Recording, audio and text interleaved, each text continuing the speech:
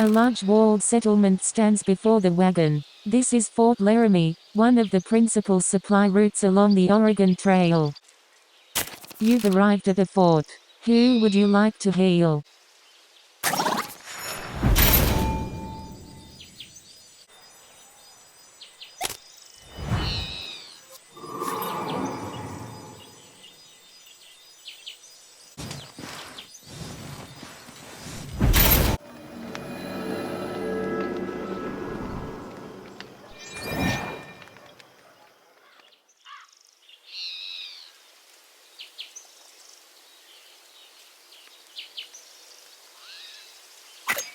A crowd haggles and argues over the price of fur and traveling supplies.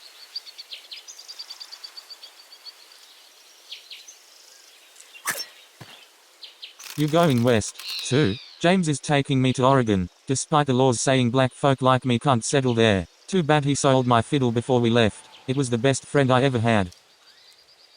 I was hoping to raise some money by playing at forts, to pay James for my freedom. I could play you a song that would set your foot to tapping, that's for sure, or my name's not Louis Southworth. Darn, I sure do miss that instrument. I asked James if I could keep it, but he needed the money for this trip, or so he said. The man kicks at the dirt despondently.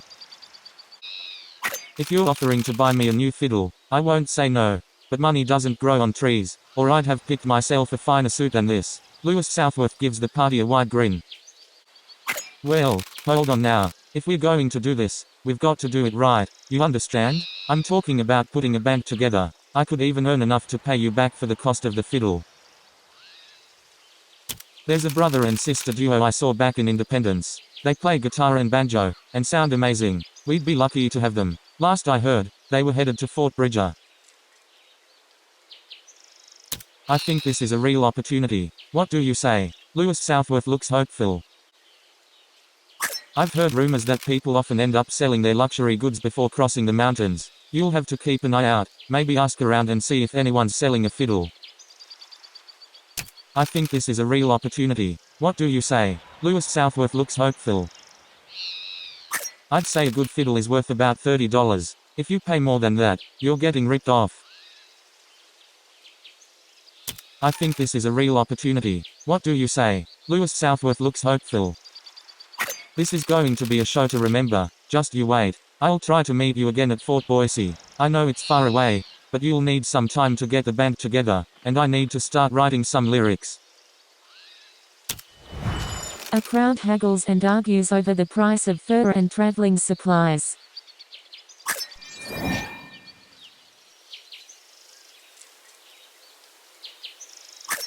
It appears some people are willing to trade with you. What should be done? I'm looking to trade. Alice offers 2 medicine. Who should haggle for a better deal?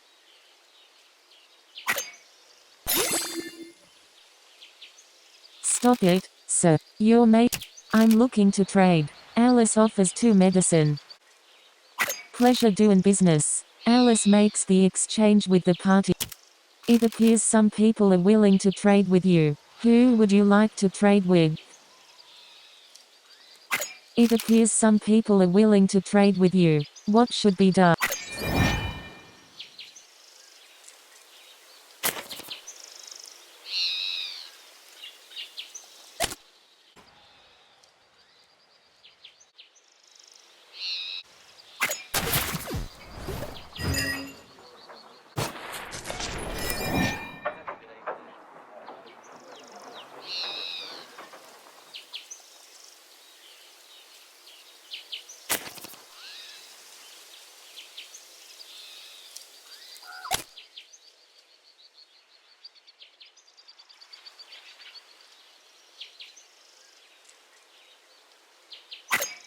Resting ends the current day and gives the party a... At major settlements and forts, the party can rest the night in the wagon, or pay for boarding and get a better night's rest in a cup. The rooms are simple but adequate.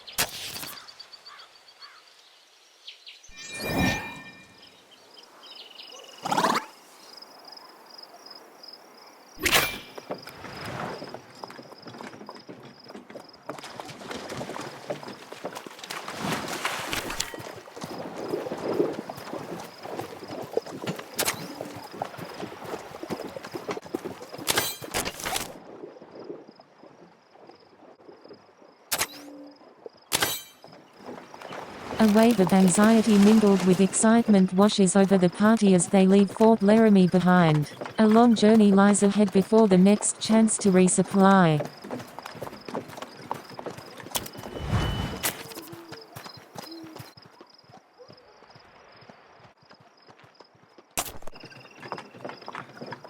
A small mound of earth sits atop the path, flecks of trail dust strewn about it by the wind. This ground has been disturbed recently, perhaps to bury a supply cache, or something else. One might dig up the mound to uncover what lies below, or flatten the earth, to hide the site forever. Who should dig up the mound? The soil gives way to reveal a small pile of disgusting, soiled clothes. It's hard to know why somebody took the time to bury them, but it's no surprise that they were unwanted.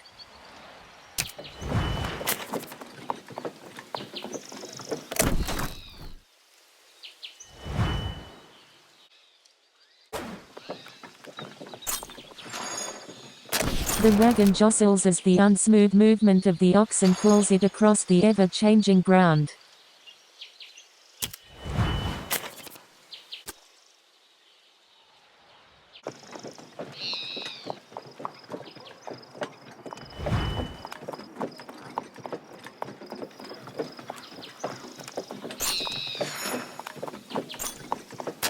Oh, God, another group. Look, I don't know what you're expecting, but... Oh, wait, you're those travelers who are helping the captain round us up. You might be able to help me. Tell you what, I've been hired to stand here and grant travelers my guidance, give them advice on where to go, what to do, that sort of thing. If one of you were to help me handle the remaining groups, I may be persuaded to rejoin the company.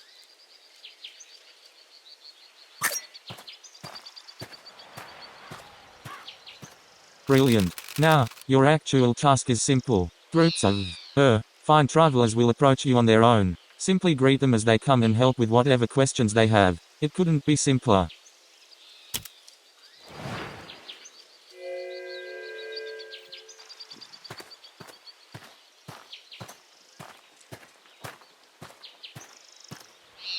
The party approaches. Ugh. You're not even... To hell with this.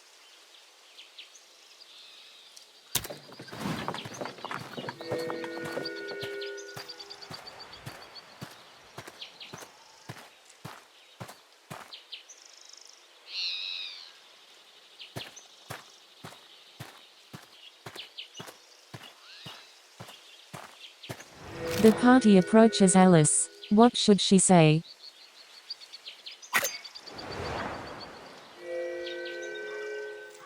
Oh, hello. We're trying to find our way to oh dear, I've forgotten the name of it. I believe it started with an L, or maybe a P? Why, I never. How rude. We'll find it ourselves. Good day.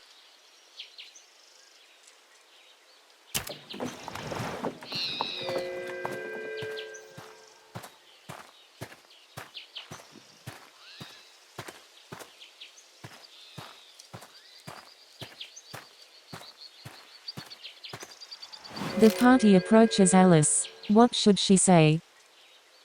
Hello. We've been on the road for some time and have a bit of an unusual question. Can you tell us what year it is? Ha, I knew it. Thank you, strangers.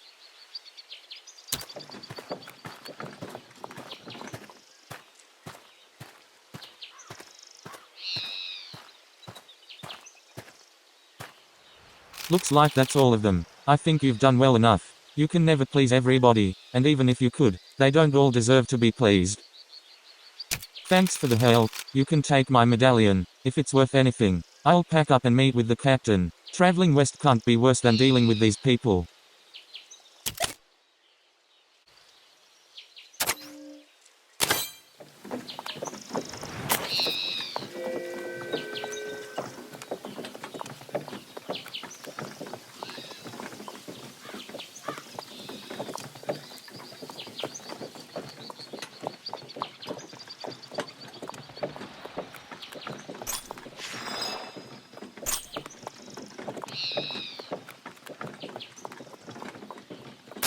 A small fishing hole comes into view. Not present on any maps or in any guidebooks, it may very well be teeming with fish. It would be a good opportunity. Who should go fishing? Fishing is ideally suited to those with patience and a good attitude.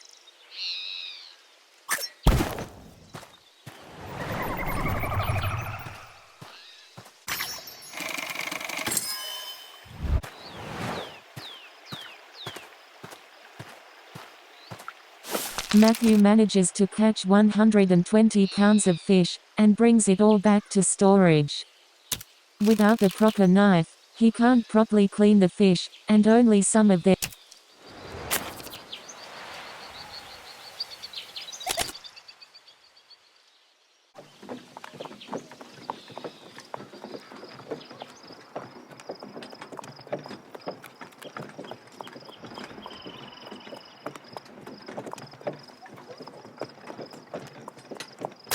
The pleasant scent of frying garlic and onion reaches the party long before the light of the cooking fires. This campsite seems to be equipped with all the facilities necessary to prepare a dinner to restore health. The party gathers around the campfire. Though trail cooking requires a specific skill set, talented wayfinders have an advantage due to their knowledge of trail flora and fauna. Any chef will also inevitably bring a bit of their personality. Matthew, optimistic, happily cooks an ample meal, boosting the party's mood.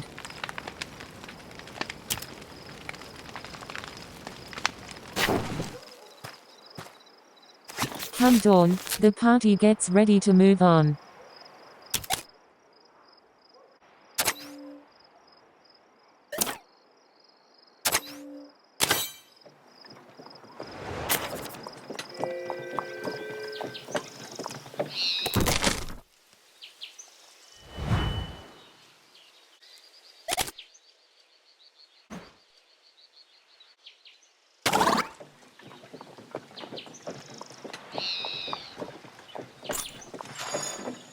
A sudden cry rings out across the trail. Jesse's foot has been crushed under the wheel of the wagon. Toes may be broken.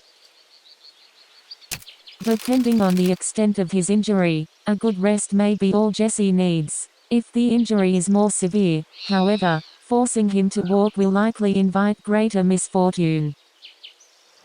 Who should inspect the injury?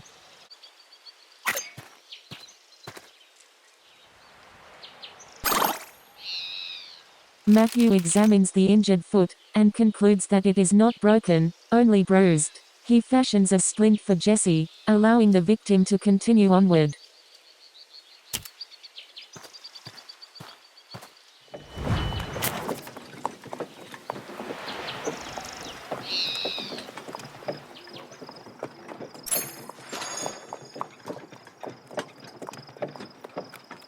The party spies a small thicket of shrubs, each covered with small red berries. If gathered, they have medicinal properties that may prove useful.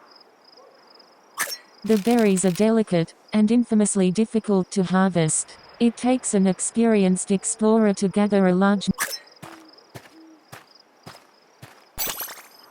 Alice harvests an enormous number of berries, carrying them back by the armful.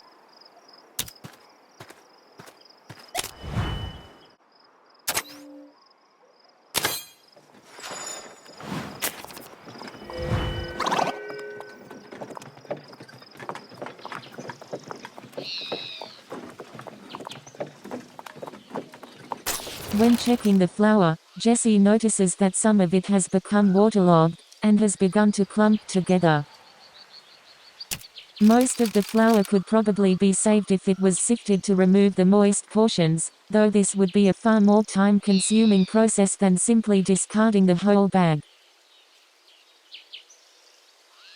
Jesse dumps the affected bag of flour by the trailside.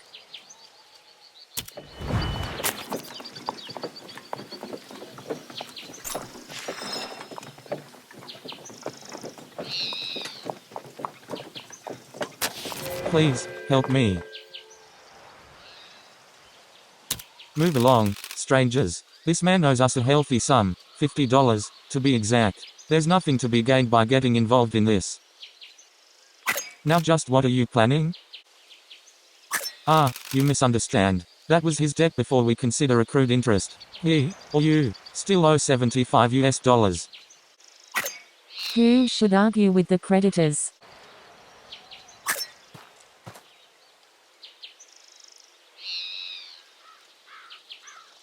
With a cool head and steady voice, Alice manages to convince the creditors to leave the man alone, at least for now. HMPH. Fine. We'll leave you alone for now, Ralph. But we'll be back shortly. And we'll be expecting interest.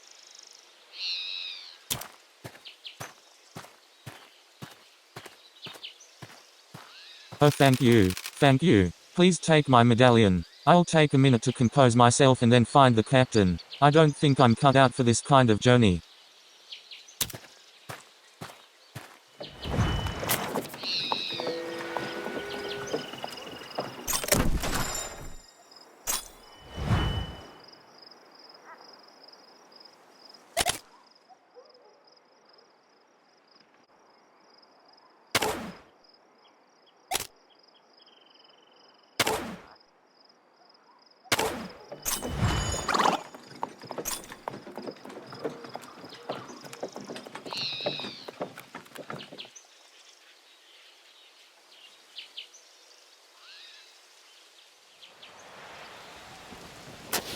Heavy clouds roll in quickly and soon thereafter dump their rain, blanketing the trail in water.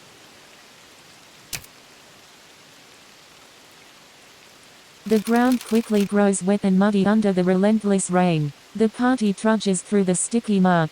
It's a wholly demoralizing and dirty experience, and the party begins to feel depressed and dirty. Jesse, refined, is distraught by the mud and dirt covering his clothes.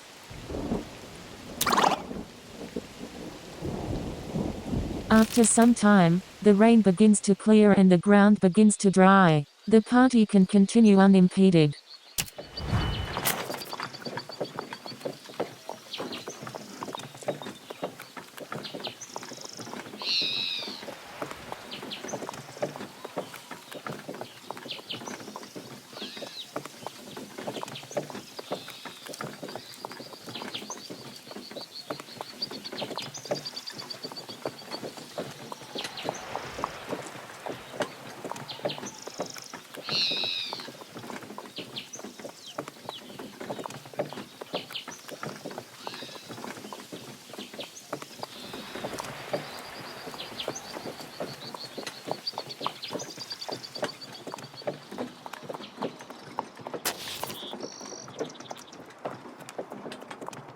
The party finally arrives at Independence Rock, a foreboding, sprawling monolith, stretching hundreds of feet into the air.